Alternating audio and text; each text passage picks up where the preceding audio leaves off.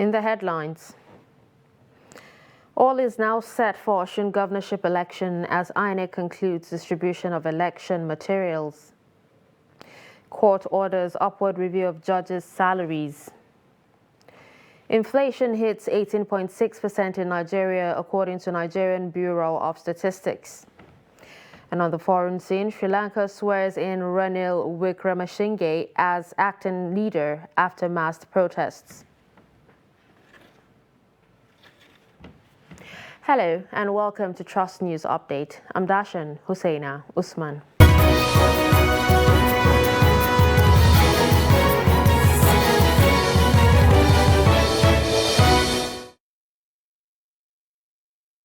In full. The Independent National Electoral Commission on Friday said all is set for Saturday's governorship elections in Osun State. The Resident Electoral Commissioner in the state, Professor Abdulgani Raji, said all that is needed to be done has been done. Speaking in Osogbo, Raji said INEC is fully prepared for the election. We are fully prepared. I can tell you that if election is going to take place today, we are good to go. We have taken delivery of all the non-sensitive materials. We have ensured that we did all voter education and sensitization. We covered all the primaries. All the parties have been, all the candidates, the list has been displayed. Every other steps have been taken. We have also ensured that all our racks, all our collation centers, all our PUs are intact. In fact, Trust TV's political reporter Shafiu Suleiman is in Osun State and now gives an update. We're right now in Osogbo, the capital of Osun State. And as you can see in my shot right now, the citizens here are going about their normal businesses, awaiting the conduct of the Saturday election, governorship election, which is also expected to usher in, the next governor of the state. As we speak, there are 15 political parties that are contesting in this election. At least 5 of them seem to be very visible. The ruling APC, the major opposition PDP, the SDP, the Accord Party, and the Labour Party. There are 1,955,657 registered voters, and they are expected, to decide who becomes the next governor of the state. There are also 370 polling units. That is including the ones recently created by INEC. They are spread across 332 political wards. This is where the election is expected to take place.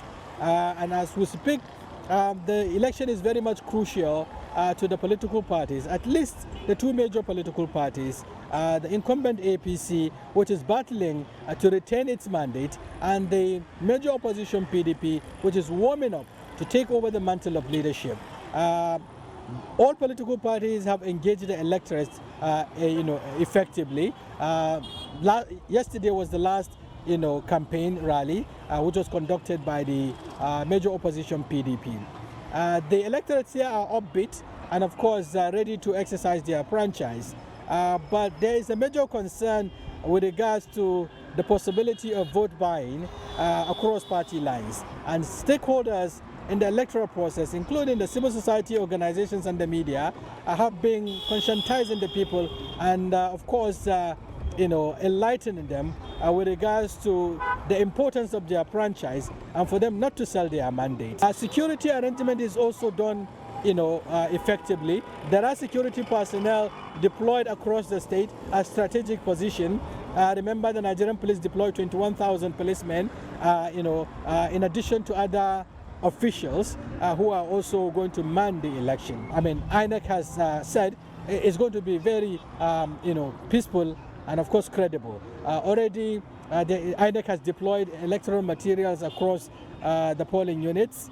And, of course, there is also a commitment on the part of the Resident Electoral Commissioner of the state, who told, stakeholders earlier that the result of the election will be delivered within 12 hours. So the electorate here in Osun State and Nigerians are waiting to see INEC accomplish this, expectation. From Osogbo, the Osun State capital, Shafiu Suleiman, Trust TV News. Similarly, the Center for Democracy and Development has warned that without proper monitoring, the Osun governorship election could be exposed to dangers of massive rigging and vote buying compared to 18th June 2022 Ekiti State governorship elections. This is as the organization Election Analysis Center said although the election would constitute a sterner test of capacity for the independent National Electoral Commission. The center, while delivering its pre-election statement, lamented that the spate of vote buying despite the 2022 Electoral Act has not reduced. It added that adequate deployment of security and electoral officials would be required to quell its concerns of vote buying, rigging, and breakdown of violence.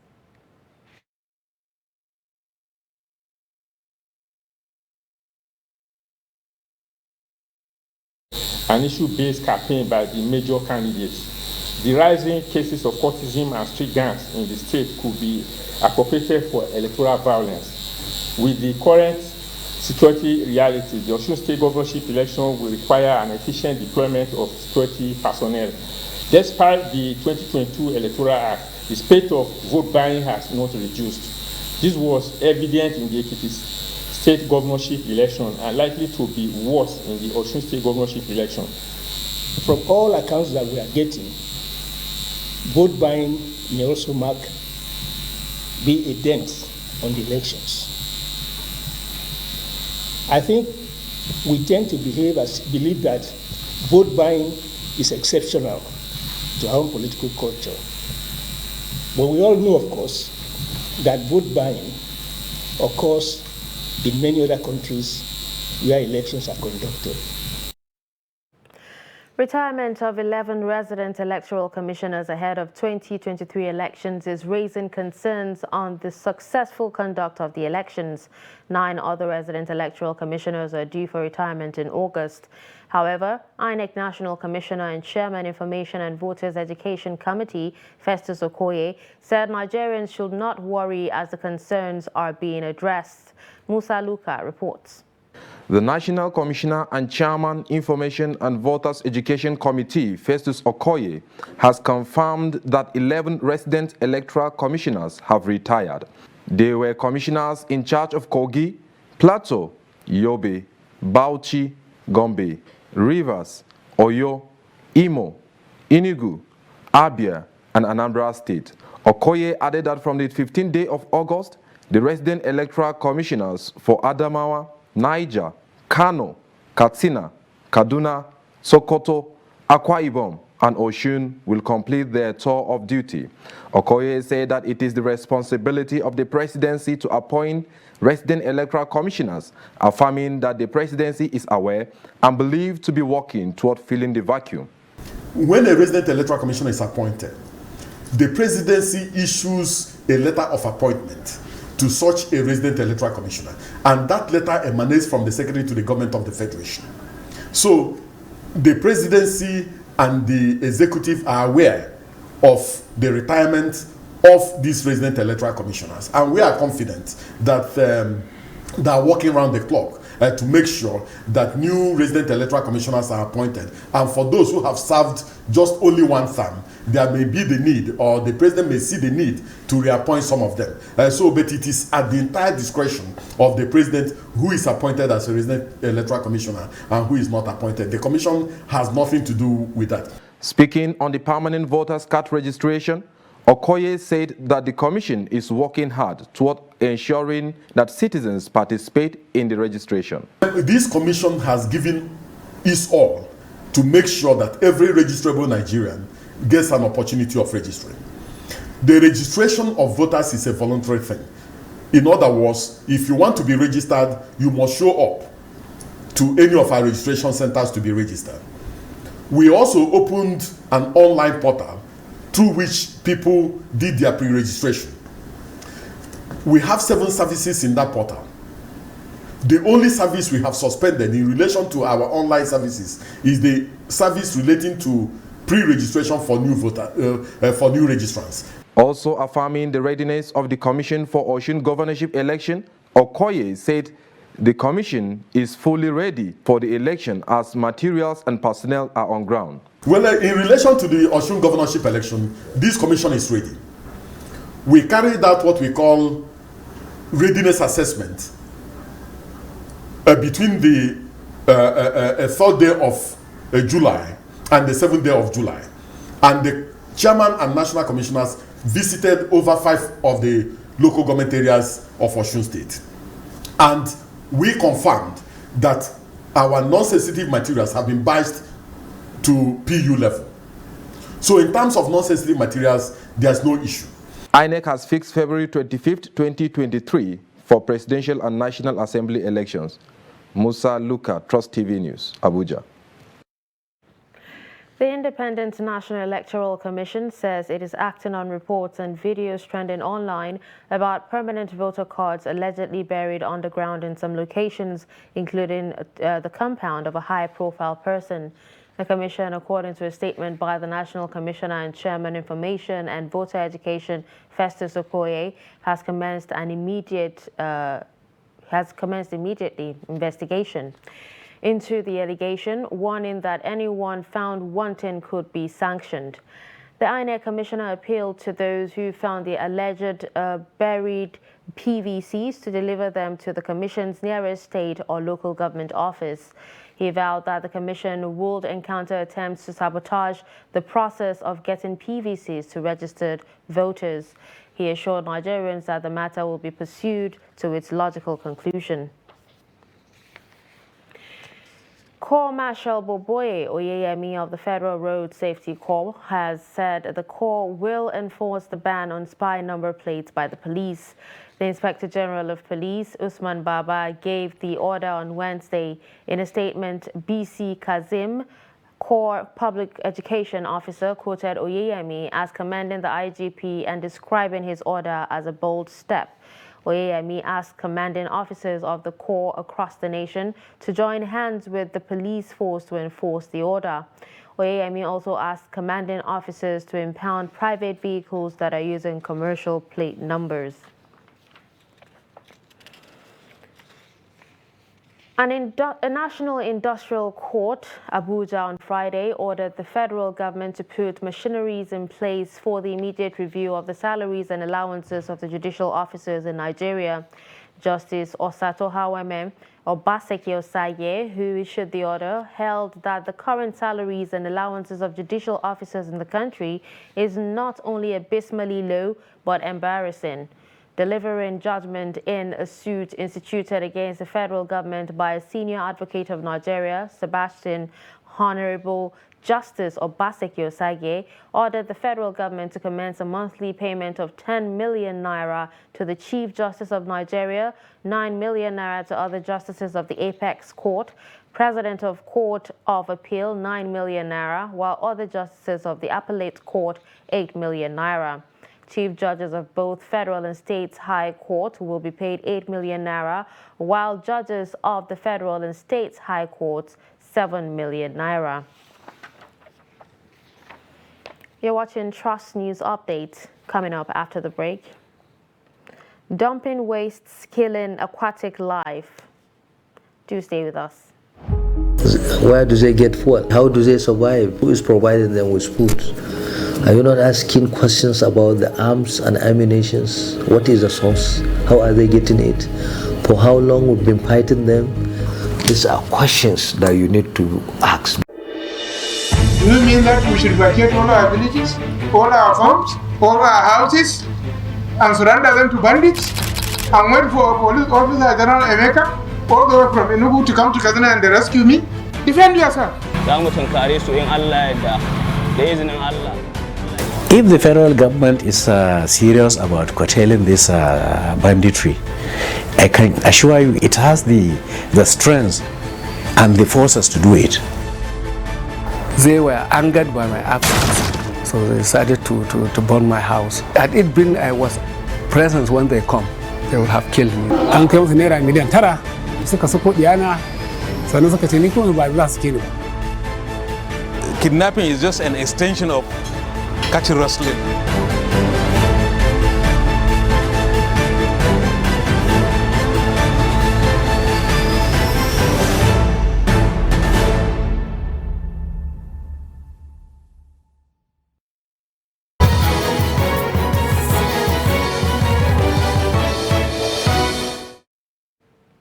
Welcome back and thanks for staying with us. You're still watching Trust News Update.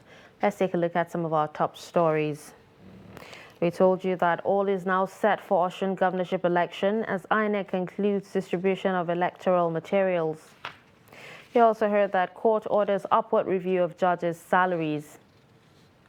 Moving to education, following the lingering strike action by the Academic Staff Union of Universities due to the failure of the federal government and the union to reach an agreement on their demands, students have continued to remain at home for many months now. Experts believe the current worsening security and economic conditions in the country can push the students further into outright social vices. In this report, Dixon Adama looks at the impact of the strike on both students and lecturers in Plateau State. The report. As the federal government and ASU continue to look for a final solution to the strike, some University of Jos students and Plateau State University Bokos have engaged themselves in some menial jobs, like motorcycle and tricycle operation, petty trading among other jobs, while others are engaged in skills acquisition. I was privileged to be given a bike by my father who has been of help. I used this bike to actually make ends meet, to provide for myself and also provide a little in the family. Many of my fellow students are not opportuned, which has resulted into them engaging in drugs because of depression and other things. Meanwhile, the immediate past chairman of Plateau State University branch of ASU, John Panson Benty, faulted the action of the government towards the strike. Comments made by the president of this country from days back, and the greatest shock is another one this morning by the Minister of Labour, saying that there is no any agreement between us and the NIMI BRICS committee. So far so good. To be precise, as at the last time we agreed with government, there were two key issues that were on ground, and that was only left for the government of Nigeria to sign and implement the new condition of service, and secondly, to replace the present payment platform. A community leader, Pandalio Paul, appealed to the federal government and ASU to resolve their differences so that students can return to school. The youth that's supposed to be in school now, they are at home and they are idle. And idleness leads to all kind of social vices in the community. So I am calling on the government on this note and the university lecturers to sit down on a round table and resolve their issues. When contacted, Student Union Government President, University of Jos, Daniel Joshua, confirmed that students have been engaged in unfriendly acts due to idleness. Harmful human activities like indiscriminate dumping of plastic waste into rivers and disposal of chemicals by industries are said to be some of the factors responsible for the extinction of many aquatic animals as well as shrinking of the rivers. In this report, fishermen in River Kaduna say these and other harmful activities have led to a reduction in the quantity of fish they harvest from the river, as well as a decline in the river habitat, while experts believe aquatic animals would continue to go into extinction due to these activities. The report. River Kaduna derived its name from crocodiles due to the abundance of these reptiles in the river in the past. Today, fishermen say they can hardly find any of them in the river. Yusuf is one of the fishermen along River Kaduna. He laments the drastic reduction in the quantity of fish from the river due to unhealthy treatment of the river by man. We still have different species of fish, but the quantity has drastically reduced because of the shrinking of the river. Abubakar Muhammad is an environmentalist and climate analyst. He says plastic waste kills aquatic life as it can stay for millions of years without decomposition. Aquatic life majorly, they eat whatever they see within the water body. And some of them, if they, plastic does not dissolve or digest or even decompose on time. Plastic can stay millions of years without decomposition. Aquatic life will eat that. If they eat that, what happens is that it will make them to go into extinction. It's actually going to affect millions and millions of aquatic life. that are living. That is why if you look at most of our rivers now, you hardly can find good quantity of fish in them. One of the sources of protein is aquatic animals. He says if nothing is done to get rid of plastic in the river, it may affect food production. This can actually bring about challenge in the production of food, because one of the major sources of protein is from the aquatic life.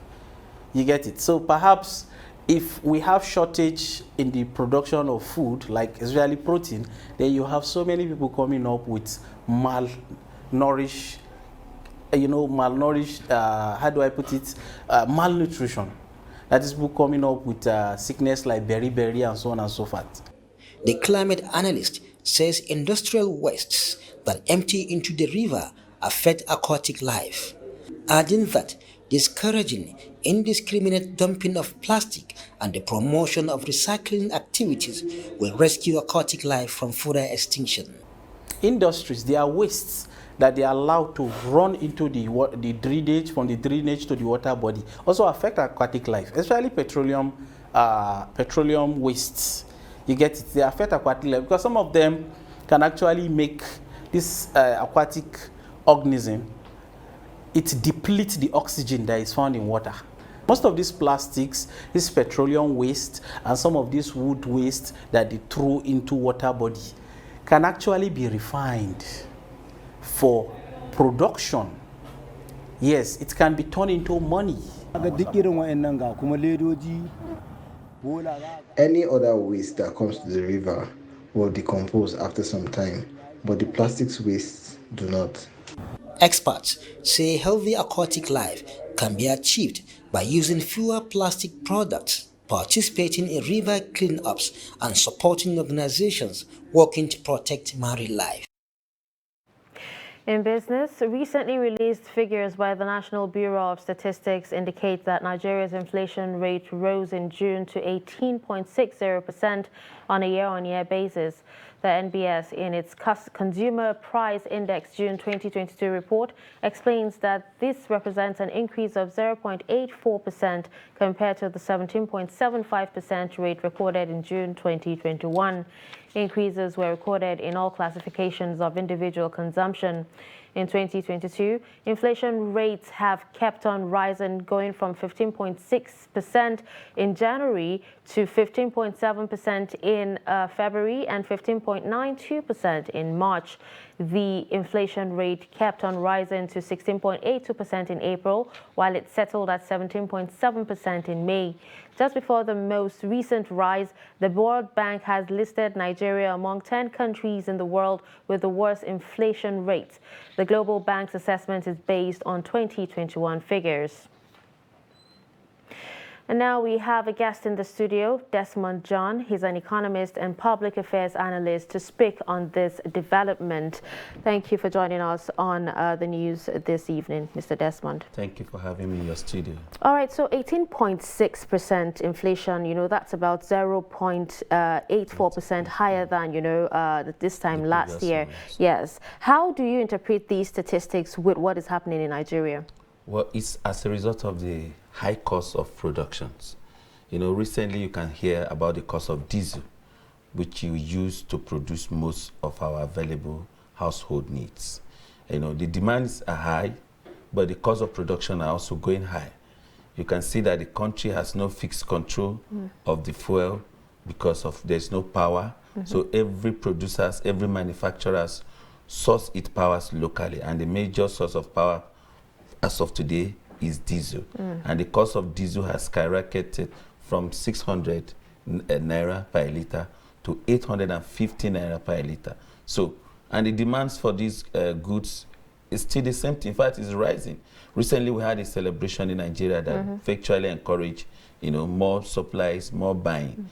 And we cannot produce and sell at the same rate, at the same price, when the cost of our production is high. Okay, now why the inflationary trend in Nigeria, and what can government do to actually crash the figures? Government needs to finance its own local production. When I mean finance its own local production, what are the key factors that support our production? For instance, the refinery. How can we don't have, there's nowhere diesel is being produced in Nigeria. So immediately the price of crude oil goes higher. Everything goes higher. The producers of that oil will also increase the price, and definitely it's going to affect the local market. But if we are producing oil in Nigeria, the refined products, then we can be sure that we can maintain some level of inflation. Inflation rise is a global phenomenon around the world due to climate change or that war. What about in the Ukraine, Russia and Ukraine war? War in Ukraine. But does it actually mean it's going to get worse? Well, in Nigeria, you've seen the trend. It's since 1960, we've never had it less than this.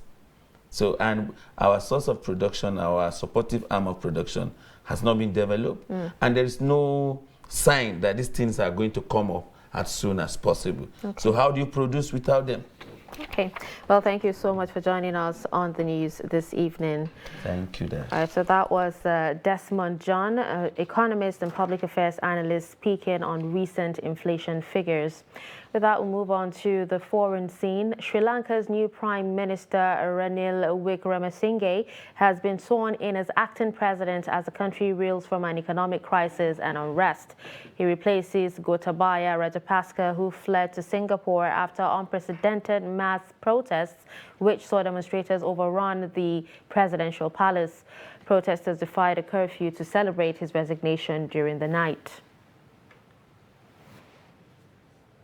And with this, we've come to the end of a Trust News Update. Don't forget to follow us across all our social media platforms. I'm Dashan Hussaina Usman. Thanks for watching.